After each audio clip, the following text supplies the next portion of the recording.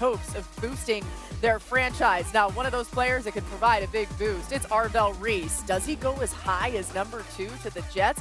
The Ohio State player, we'll talk a lot about him and so much more. And Jermod McCoy is also here, as well as tons more talent. Of course, saying he's not going to work out today, but the tape speaks for itself. A lot more to come on that, as we will show you what's happening here inside Lucas Oil Stadium. The Combine, always a treat to be here for NFL Live. We're so glad that you're with us. Louis Riddick, Mina Kimes, Peter Schrager, Field Yates joins us in just a little bit. And of course, Adam Schefter. And you guys, as you might imagine, it happens every time this time of year. We got a lot of breaking news. So that is where we are going to begin with Adam Schefter. The latest, of course, Colts quarterback Anthony Richardson has been given permission by the team to seek a trade. That, according to our Colts reporter, Stephen Holder. Adam, what more can you tell us?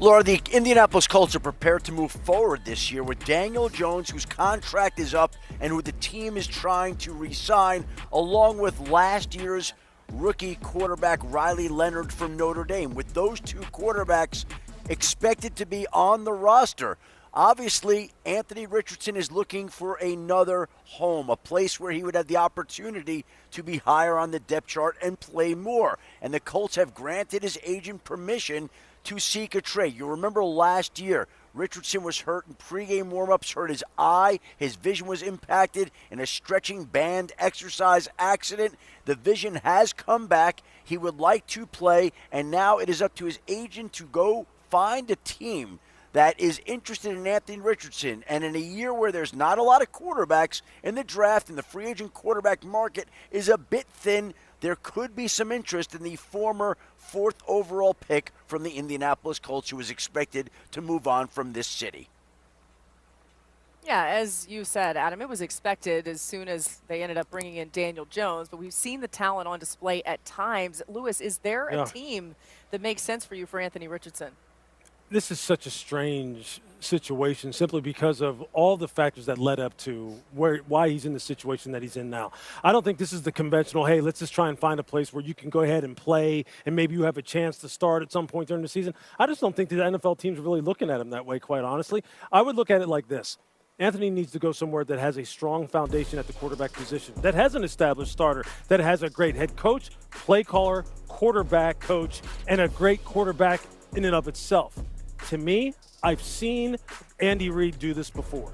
I've seen him do it when we had Donovan McNabb in Philadelphia, and then we signed Michael Vick once he got released from jail, and we kind of basically rehabbed his entire career at that point in time. He wound up becoming a starter and playing very good football for us. I'm not saying that happens for Anthony Richardson in Kansas City, but I think he needs to be around that kind of culture. He needs a level set here. He needs a reset on his career. I just don't think this is going to be a very conventional type of situation. Yeah, I agree, and I think a lot of teams make sense for the reasons you described because they aren't bringing him in as a starter. He doesn't cost a lot of money. This will not be a trade that requires a lot of high draft pick, in my opinion. So a team like Kansas City, I'll throw out the Rams as another team where they're starting to think about the future, but they don't really have to at the moment. And his upside, the athletic tools, the big throws we saw at times could be tantalizing to head coach like Sean McVay, who wants to view him as a developmental project. If, however, he is interested in at least the opportunity to earn a job, that's when I go to a team like Minnesota that I don't feel has many good options to bring in competition for J.J. McCarthy. If you bring in Richardson, to me, that's actually weirdly a vote for McCarthy because you're saying we still think you've got a chance. We don't need to bring in a vet like a Kirk Cousins. But if I'm Anthony Richardson, that would have a lot of appeal to me. I don't know if Minnesota does it. Yeah, I don't want to be negative. Lewis is 100% right with his assessment of this, that this is not a traditional prospect, and there's a lot of hurdles he has to overcome. Adam mentioned he had no vision in his eye last year. So, yes, he's been medically cleared, but that is a significant piece of this. Secondly, there was questions about his heart and whether he loves football, stuff that is real character stuff. Where are you now? Now that football was taken away for a season, where are you now? Do you come back hungrier than ever, wanting to learn more than ever? And the final part of this, and this is so much to do with the coaching and the evaluating of these quarterbacks, Shane Steichen's viewed as a quarterback-friendly head coach who pours everything into these young quarterbacks and is one of these individuals that is known for his ability to connect with all different quarterbacks, young, old, traditional, under center. And it didn't work out there. So this is a flyer. This is a coach who says, hey, we got a shot and let's give him a chance. But please, let's not compare this to Baker Mayfield or Sam Darnold, who are starters in this league for years and years and then got another opportunity. Yeah, I realize it's going to be a bit of a learning curve in so many ways. I actually spoke to Anthony Richardson on the field before a Monday Night Football game we had toward the latter part of the season, and he said he's learned a ton and actually learned a lot from Phillip Rivers. So I do think there's a bit of an opportunity for a new lease in this whole situation. He feels like he's ready for that. We'll see who ends up giving him a chance. Adam, last word from you. Well, the last thing is NFL Films captured a moment between Anthony Richardson and Kevin O'Connell in a post-game exchange last season where Kevin O'Connell reached in, hugged him, and said, "You're going to play in this league for a long time. I still believe in you." Now, we'll see if the Vikings have any interest. Well, let's also keep in mind we're coming off a season and seasons in which we've seen Baker Mayfield rebound, Mac Jones rebound, Sam Darnold rebound and lead the Seahawks to a Super Bowl title. And when teams are in need of a quarterback, somebody out there might be inspired by some of these reclamation projects that have paid off across the league. Yeah, it's a good point. Don't forget that exchange that happened with Kevin O'Connell. I mean, all of these things carry weight and meaning, especially when we're trying to figure out where these quarterbacks go. And what Adam told us is not necessarily a heavy quarterback class when it comes to free agency or the draft. More breaking news, Adam. We go right back to you. This coming from the Jets, a trade between the Jets and the Titans. Adam, what do we need to know?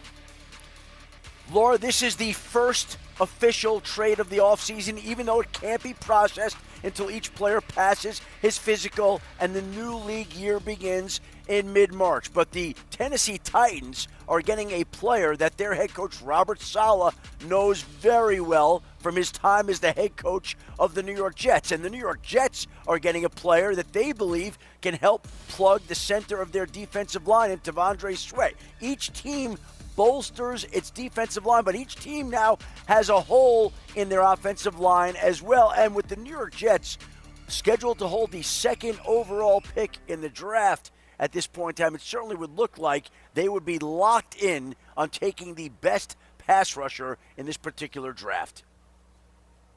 Yeah, and then there's a lot of different opinions on who that might be. But first of all, Peter, what do you make of this deal? Some interesting pieces to this. We very rarely get a one-for-one player trade. From the Titans side of it, Robert Saleh was a part of the crew that drafted Jermaine Johnson in the first round. Aaron White-Cotton, who is the defensive line coach in Tennessee, was Jermaine Johnson's defensive line coach with the Jets. Also, it's Jermaine Johnson's final year of his contract, so he'll be motivated to be as good as he possibly can and make the most of this. Also, the new athletic trainer in Tennessee is a guy named Brent Callaway, who used to run the Exos program out there in Scottsdale, Arizona. During Jermaine Johnson's pre-draft, pre-combine training period, spent 2 months with Brent Callaway. So everyone is all invested in Tennessee on the success of Jermaine Johnson. For T'Vondre Sweat, they're changing their defense from a 4-3 to a 3-4. He's a big 335-pound run stuffer. Plop him in the middle. He's a much cheaper player than Jermaine Johnson, who's not in the final year of his free agent deal. Yeah, I mean, Mina, you even brought this up this week on your podcast, just how interesting that number 4 pick is for the Titans. We'll dive into that a whole lot more. But what's going on behind us? Okay, this is a day. Maybe if you're the Jets or one of these teams that's looking for one of these big-time defensive end prospects, they're paying close attention to what's happening on the field here at Lucas Oil Stadium. All the top edge players working out this afternoon, including Arvell Reese. He was asked where he sees himself playing when he takes the field this fall.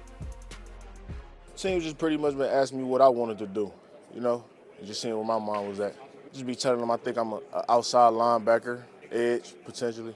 I think I play both positions pretty decent. I got a lot to get better at edge, and I got a lot to get better at linebacker, but pretty decent at both positions, I think.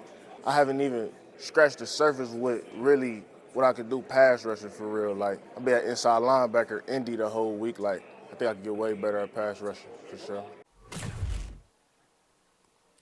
I mean, honest assessment and accurate assessment, right? I mean, this guy is an unbelievable talent. What do you make, Mina, of Arvell Reese saying he wants to play like a true edge? Well, you can see why for a number of reasons. One, look how much edges make in the NFL, but also he has all of the tools required to play at that position in the league. The size, the first step is tremendous. He's also incredible against the run. He's still learning how to rush the passer. It is not something right now. His arsenal of pass rush moves is still very much a work in progress. To that end, and Lewis, I'd love to hear your thoughts on this. For the team that drafts him, whether it is the Jets or some other team in the top 4, I feel you don't just draft him and say, cool, line up wide and give us double-digit sacks. Right. You have to lean into his versatility early on as he develops his arsenal of pass rush moves. But I understand why he wants to play it, and I also think for the team that acquires him, ultimately, that is the goal. Yeah, no question. Look, he is the consummate joker, as they call it. Yeah. I mean, it's exactly what they did in Dallas when Micah Parsons was initially there. That's what they did. First and second down, you play off ball. Third down, maybe you move down on the outside on the edge. Maybe we rush it in the middle, in the A and B gap.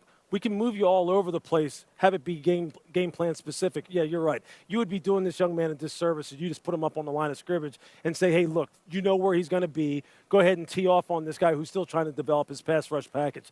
Look, at 6'5", 250, damn near, this is the kind of guy you don't put in one spot. Yeah. And then look, and make no mistake about this, he knows where the money's at. Yeah, he knows exactly where it's at. He Smart saw man. what Abdul Carter did just last year when he told Penn State, I'm not playing off ball anymore. Yeah. You're putting me down so I can go ahead and make the money. That's where it's at, and that's where his skills ultimately are best suited for. This is a cool part of this draft because we know Mendoza's most likely going number 1, but number 2, 3, 4, it's wide open right now, and that's why competing in the drills this weekend actually matter. Go to the defensive end group and obviously the pass rushers. That's going to be a premium position, but between Reese and David Bailey and Ruben Bain, you've got some real guys who are going to have a chance to be number 2 in the draft, and they all want to be that. They don't want to be the third pass rusher taken. So fascinated to watch these drills. They're going to be going after it, and I think a lot of them are competing. Yeah, by the way, you can make an argument for Caleb Downs at the number 2 spot. Might be the best player in this draft. I just saw Matt Patricia, by the way, the defensive coordinator now for Ohio State. I'm like, dude, you got any good players on that defense or what? He couldn't stay away from Indy. He had to be here. Good point. We've got more coming your way.